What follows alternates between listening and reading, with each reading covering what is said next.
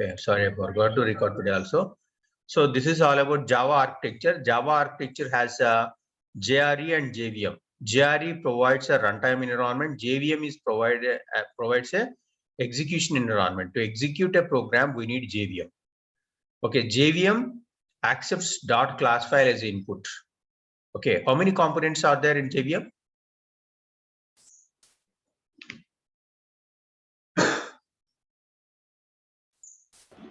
Three components.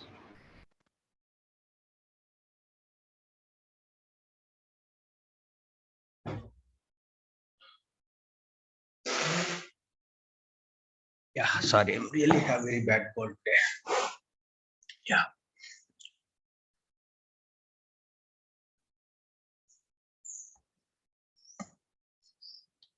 Hey, 1 minute.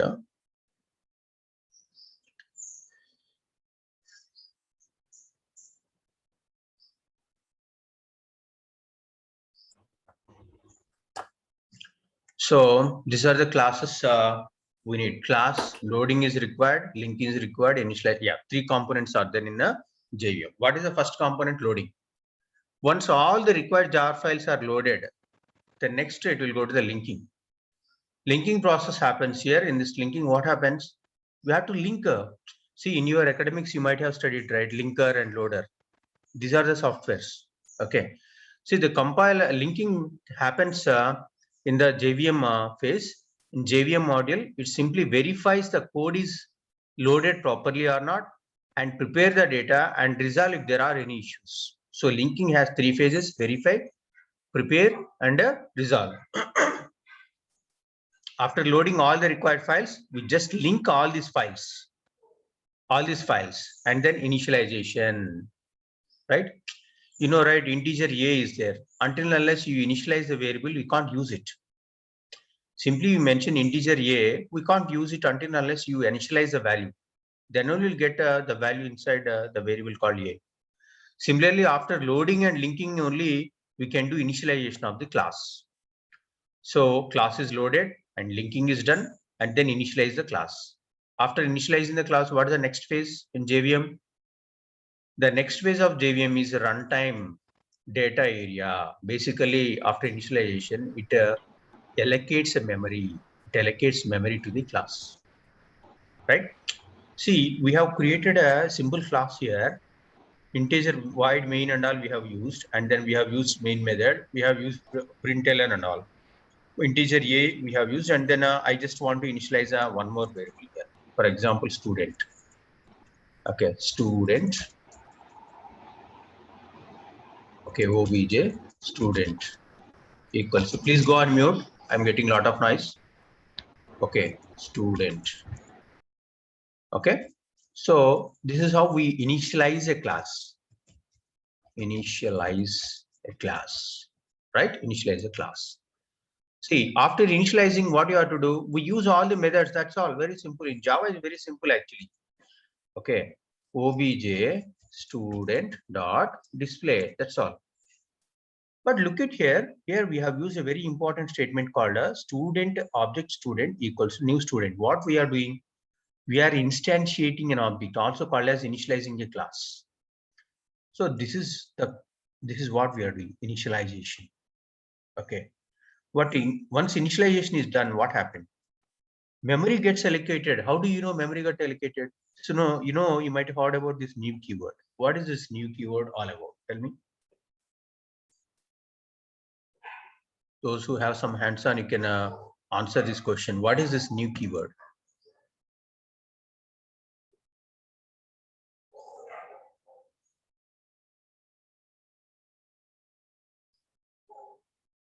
Yeah, what is this new keyword? Yeah. New keyword basically kind of alloc and malloc statements in C++. In C++, you might have heard about allocating, deallocating. Okay, memory allocation, memory deallocation. Okay, similarly, if you use a new keyword, automatically it allocates some memory to the object. That is what happens in a runtime data area. It's basically method area. Whatever the methods are there in your class file, it just allocates some memory under a method area, and then heap memory and stack memory. There are two type memories are there in JVM. Okay, what is heap memory? What is stack memory? Okay, this is an interview question. Those who trying for jobs and testing, they would ask these kind of questions in Java. So what is heap memory? What is stack memory?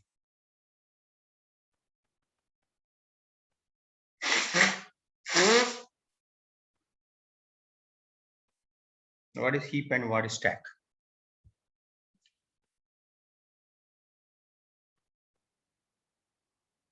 Yeah, I will explain. Very simple actually. If you are doing any threading, if you are using any multi-threading concept in your program, if you are using any multi-threading program concepts in your program, you know, multi-threading means simultaneously we can run multiple process at a time. This can be managed and handled properly through multi-threading concepts. Multi-threading follows a life cycle. In this life cycle, we follow each and every, each thread should follow a particular process. This can be tracked and monitored and controlled by multi-threading mechanism. Okay. So ideally, if you are using any multi-threading concept in your program, all these threads are stored in stack. Okay, what is the philosophy behind stack memory? Stack means what? First in, last out. Okay, first in, last out. Okay, last in, first out. FIFO equal is right. First in, last out, last in, first out. Clear? See, automatically what happened? The stack basically handles the threads. If you are using any multi-threading concept in your program, this can be handled using a stack. Then coming to heap, if you are whenever you create an object for the object, automatically it allocates memory using a heap memory. Don't get confused. I know those who are very new to Java, they get confused. Heap is nothing but a memory. That's all. It's a type of memory. We use this memory to access the values quickly. So hence accessing the values through a heap memory is much faster than stack. Whenever you create an object using a new keyword, the memory gets allocated through heap only. Okay. It is also called as a random access memory. Hence it is so fast, but it is a temporary. It is a temporary memory. Once the program execution is over, automatically it erases that memory allocated to that object. Okay. Next, coming to the native method stack. What is native method stack? See, we are using system.out.println. How we are able to get these values in a console? There are certain native methods which are interacting with your console. Okay, these methods will be invoked in a runtime data area. That is all about a native method stack. Okay. So the same native method stack is basically a memory area where it will provide a memory to the native methods. Native methods are nothing but a methods that deals with the operating system and the peripheral devices of the computer. It might be computer, it might be any kind of system, it might be mainframe system, whatever it is. Okay. Next, very important thing is in JVM execution engine. Now classes are loaded, memory is allocated, and third one is execution starts here. Okay, I told you JVM is for execution, right? How do we execute? How do you execute? Tell me, how do you execute? We are simply seeing the results here, but it's supposed to be executed in the background. It's supposed to execute in the background. How that happens? That happens only through execution engine. Execution engine contains three components again.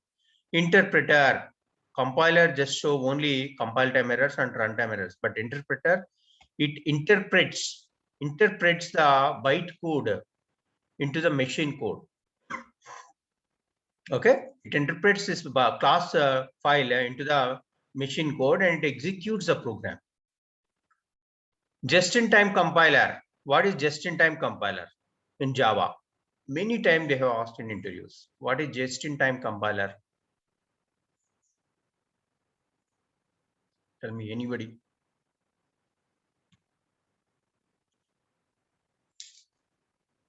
Manish, Mohammed, and Shiva. What is just-in-time compiler?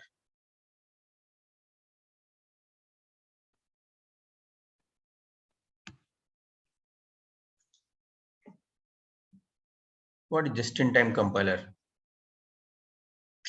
Just-in-time means actually, what is just-in-time? We are going to office, suddenly your mom or your wife suddenly called and said, if we have some work, please do this work. Okay, this kind of request will come for the program also. See, there are few variables we have to use in a temporary memory to access it quickly in runtime. That is nothing but a just-in-time compiler. Just-in-time compiler stores the instances of the variables and classes temporarily, and through just-in-time compiler that makes our execution much faster in the next iteration. First iteration it will may take time, but second iteration onwards, if you observe, since we are running very small programs, we can't observe, but if you are running a large scale applications, second time onwards or second iteration onwards is much faster. How that is possible? That is possible because of just-in-time compiler. Okay, and the last one is a garbage collector. What is the garbage collector? What is garbage collector?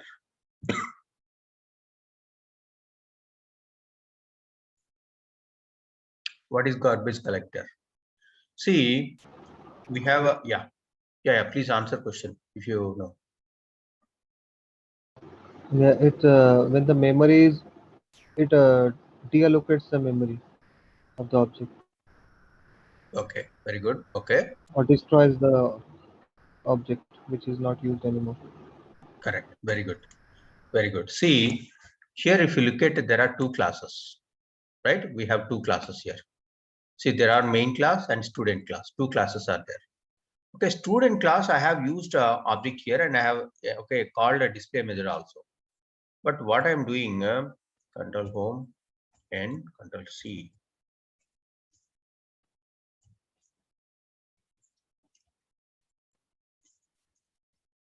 Okay, 1, 2, 3, 4, 5, 6, 7. Now, how many objects are there? How many objects are there? We have around 7 additional objects we have created for student class. But did you use these methods? Did you use these objects? No. You can ask this question, so what? We are not using, what happens? See, nothing will happen in the front end, but in back end, what happens? It automatically allocates some memory. Whenever you use a new keyword, it basically allocates memory to this object.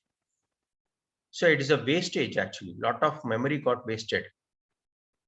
Lot of memory got wasted because of these statements. See, even we are getting errors also, warnings also. What is the warning? The value of the local variable object 1 is not used. We have created and allocated the memory, but not used.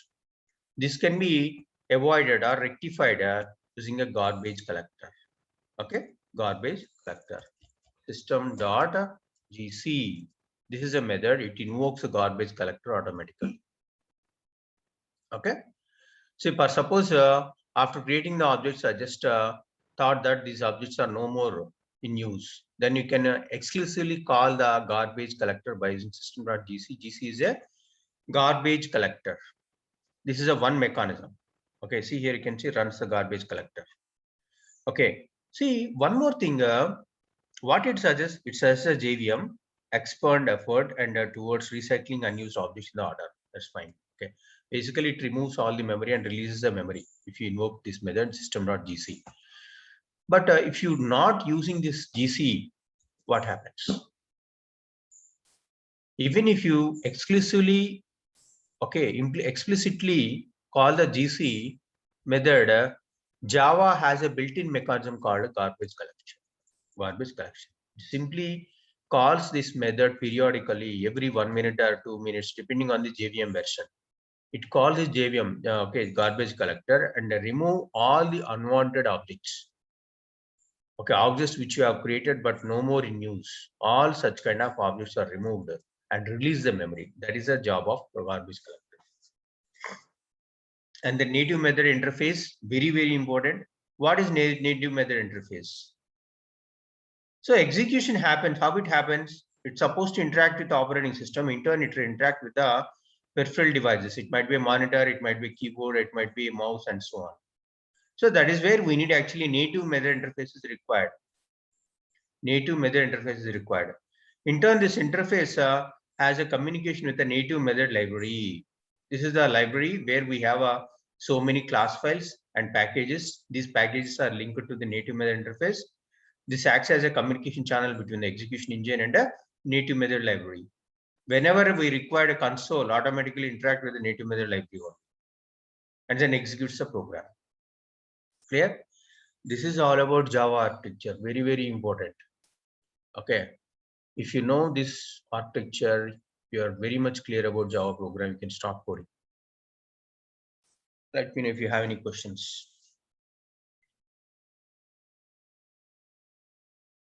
So, Sir, class loader subsystem, runtime data area. Yeah, you ask some question. Tell me. as I'm a non-IT student, I don't know about what is like previously while coding you use something like strings initialization. I don't know about that. Then how, sir? Yes. See, this we can't see with the naked eye. Okay, whatever the front end we have, we can see only string, integer, okay, for loop, while loop. These are actually very easy to learn. These are very easy to learn, but you should learn what is the backend process. We are writing a very simple program. After creating the program, you are running. How this program gets executed? That's what I'm explaining. Okay, so that is all about actually JVM model, or also called a Java architecture. Okay, how this program gets executed, that you should learn. We can create strings, we can create integer, we can create a for loop. But in the back end, how this program gets executed, that is very, very important. Okay, what happens if you write a program, if you compile it, if there is any error, compile will take care. Once all the errors are rectified, immediately class file gets generated. After class file gets generated, JVM will take care of the next job. That is nothing but an execution job. Okay, so Java contains two components. One is JRE and JVM. JRE will take care of the library part, and compiler will compile and rectify all the errors in your program. You have written a hello world program. All the errors get rectified by the compiler itself. Finally, execution happens using JVM. Okay. Yeah. Tell me. Yeah, but what is integer? What is for loop? I don't know, no, sir. Yeah, that we will discuss it anyway. Those are very simple actually. That doesn't take very much time. That is only just a syntax. But if you go to interviews and if you going for a job, this is actually they will ask. If you put Java in your resume, they will ask these questions. What is JVM job? Okay, what kind of process happens in the backend and all.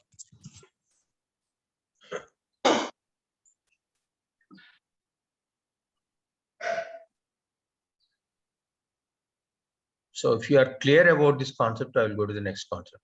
Let me know if you have any questions.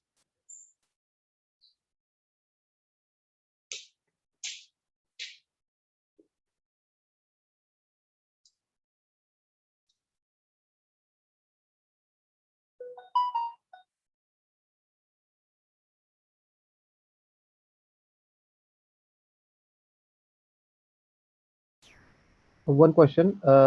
If, for example, there is a machine on which nothing is installed and I want to run this class files, what do I need to install minimum to run that? Okay. So your question is, if you, without Eclipse, how do you run, right?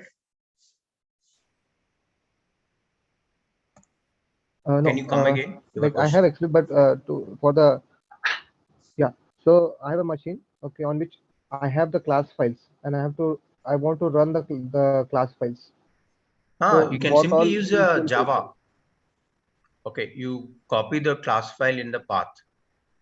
Okay, in the path where the Java is available. You need anyway JRE and JVM to run the program.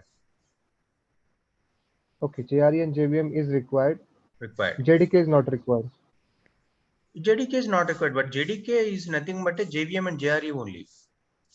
If you go and install JDK, what happened? JRD see, I will show you one simple example. See, is in C drive. Okay, program files. Okay, where is program files? Yes, program files. Okay, here this is Java folder, right? This is Java folder. Okay, open the Java folder. What it contains? Tell me. JDK. JDK. Okay, Java is nothing but a JDK. Inside JDK, what do you have? We have JRE. Okay, inside Okay. JRE, what do we have actually? We have a library. This library is required for us to run our program. Yeah, I asked this because JDK is normally for development, and it's a heavy software. So rather than using JDK, is there something light version of Java which is required to run it, or we need to always install the whole JDK? To run your program, JVM is enough. To run. Okay. Okay, to run your program, JVM is enough. But to develop a code, we need JDK. Got it? Okay, and how can we get that only JVM? Yeah, we can get a JVM. See, here we have JRE, right? We can delete this JRE and you can have the remaining folders as it is. Okay, Okay. that is JVM then. That acts as a JVM. That acts as JVM. See here, if you want exclusively want JRE, see JRE I have separately created one more folder. Whenever I want to use JRE exclusively, I will use this file.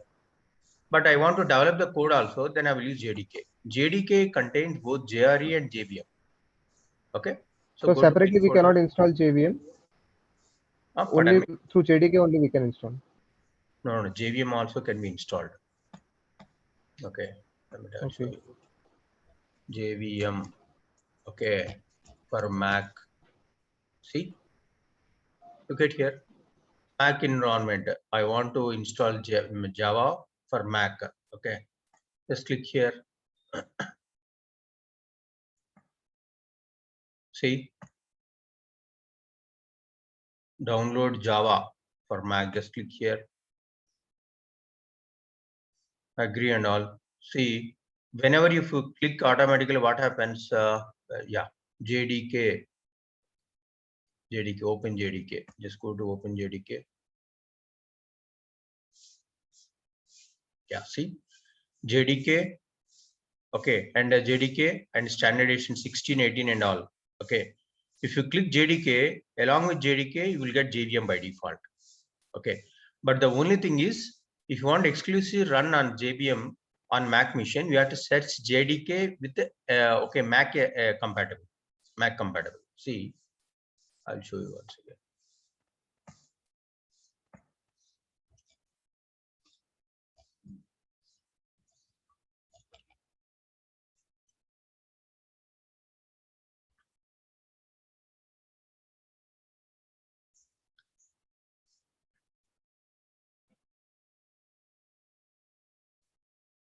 Yeah. Okay. So, for suppose you want to use a JVM on a Unix machine. See, this is the options you have to give. Java and jar file and jvm.jar file will be there. jvm.jar file will be there. You have to execute it. Automatically, the JVM gets installed on your local system. Okay. But Windows environment, where is the JVM? JVM we can find here. Java. Java is the right jar file. This acts as a JVM. Okay. Where is the Java compiler? This is Java compiler. See here. This is Java compiler. Okay. Compiler basically comes under JRE, Java Runtime Engine, and java.jar file is there, right? This acts as a JVM. Got it? Yeah. Okay. See, what you need to understand here, JVM is a platform dependent. JRE is not platform dependent. JRE is not platform dependent. Okay. But JVM is platform dependent. Okay, platform dependent. So once JRE generated dot class file, you can copy this dot class file from my system. You can copy this dot class file Okay, you can execute on your system. Your question is, what is required to execute this class file? Either JVM is enough, or if you have a JDK, that is also suffice. But JR is not at all required to run a .class file. It is already executable file. This is actually executable file, exe file. Okay, by taking this exe file, we can simply execute on your Mac system or Unix system by using JVM. Okay, for execution, we need JVM, only JVM.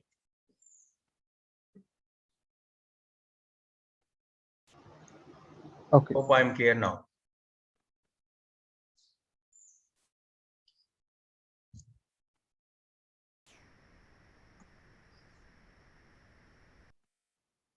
Okay. Okay, then we stop here for today. Tomorrow we'll get into the concepts. Okay. See, we'll catch up tomorrow again.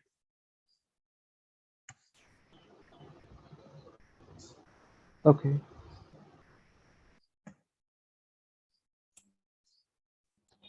Bhaskar, sir. Yeah. Next class, Selenium, sir. లేదు Java అవుతుంది ఇప్పుడు. Next class. లేదు. Sir నేను సరే నేను తర్వాత call చేస్తానండి మీకు Shiva. Okay sir, thank you sir. Okay, thanks for joining. Catch up tomorrow at the same time. Thank you. Thank you. Bye.